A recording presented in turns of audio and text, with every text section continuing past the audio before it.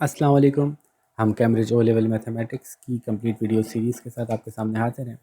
उसी सिलसिले में आज हम एक और वीडियो लेकर आए हैं जो कि ऑड्री सिम्पसन की बुक की एक्सरसाइज 17.2 को कवर करेगा।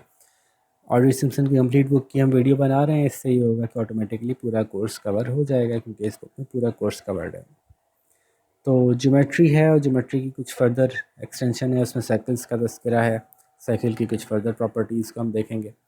तो सिर्फ 3 ही सवाल हैं इस एक्सरसाइज में, उसमें कुछ चीज़ों को डिस्कस किया गया है।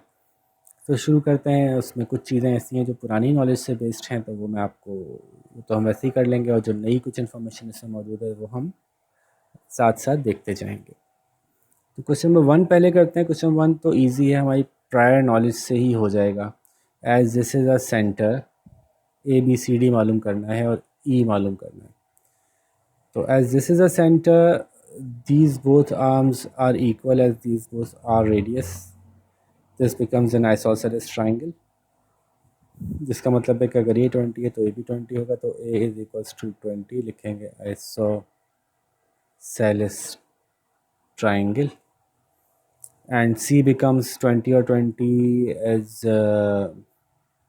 40, तो 40 में से माइनस किया 180 में से तो 140, C is equals to 180 minus 40 is equals to 140, remaining inside angle of a triangle, information यहाँ लिख देंगे। Now B we know. अच्छा, बी को आप ना यूँ देखेंगे तो आपको सही नहीं लगेगा, और ये गलती भी है। बी एक्चुअली ये है, ठीक है, यहाँ पे रोक के इन्होंने गलती की है। बी एक्चुअली ये है बी। तो what is B? B is 90। क्यों? Angle between tangent and circle, ठीक है, या टेंजेंट एंड रेडियस,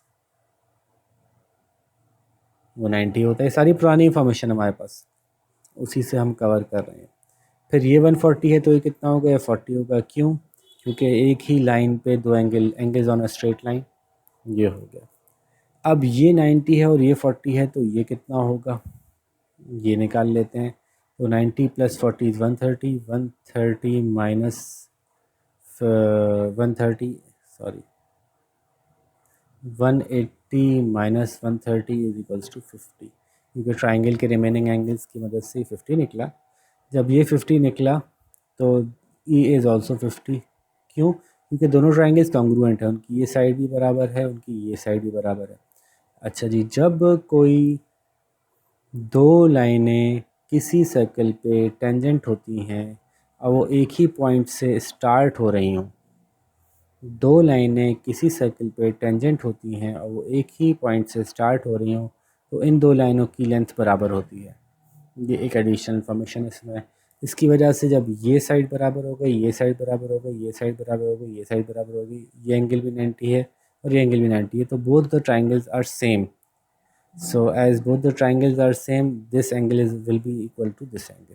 ये इन्फॉर्मेशन आप लिख दीजिएगा। As both the triangles are same, angle E is equals to this angle. चाहें तो आप यहाँ पे ABCD लिख के इस एंगल का नाम भी रख दें।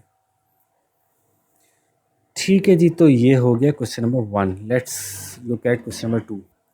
अब देखिए, अगर आपको वो बात याद हो तो जो इन्फॉर्मेशन हमने पहले ली थी कि जब किसी सर्कल पे कोई दो लाइन्स टेंजेंट हों और दोनों लाइनें एक ही पॉइंट से ओरिजिनेट हो रही हों, तो वो दो लाइनें बराबर होती हैं।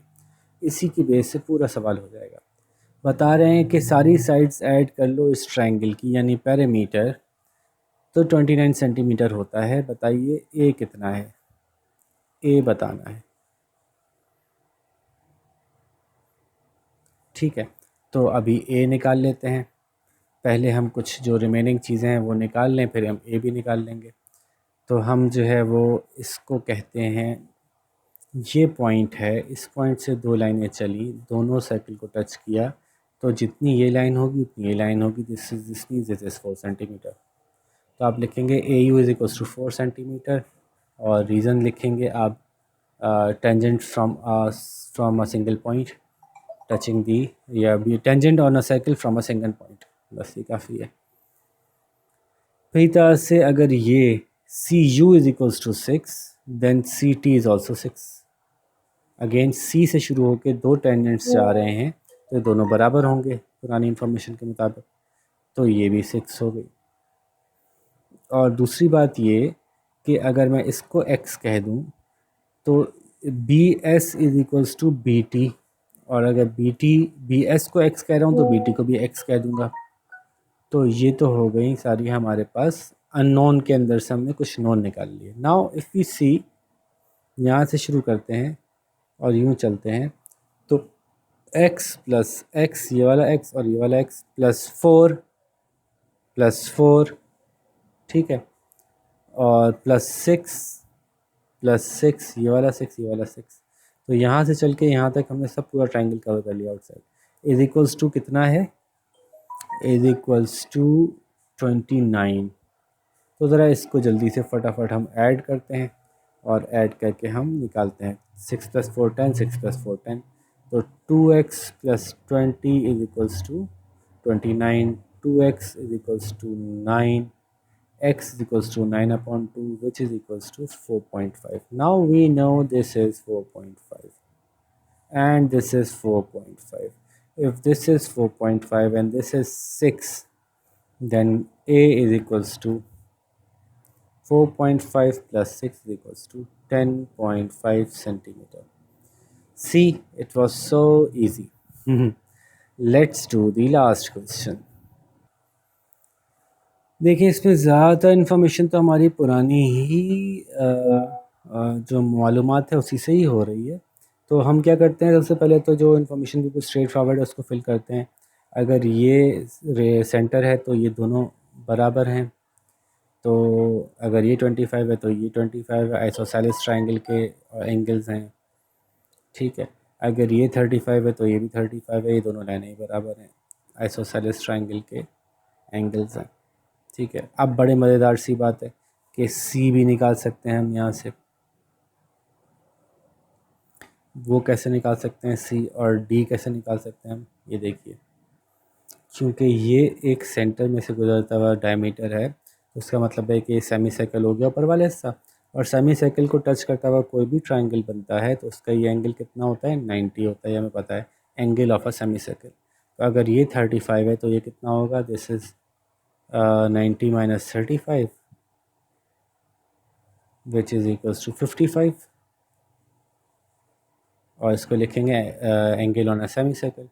ए पर चल गया, सी पर चल गया, बी निकाल सकते हैं, 35 और 35 हो गया, triangle sum of angles of a triangle से बी निकल जाएगा, 70 में से माइनस किया तो बी 110 हो गया, 180 minus 70 angles of a triangle, sum of angles of sum of internal angles of a triangle, ठीक है।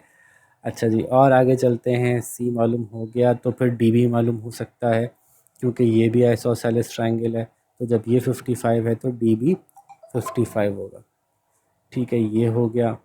नाउ लेट्स सी क्या नहीं मालूम हुआ हमें, हमें मालूम नहीं हुआ अभी तक।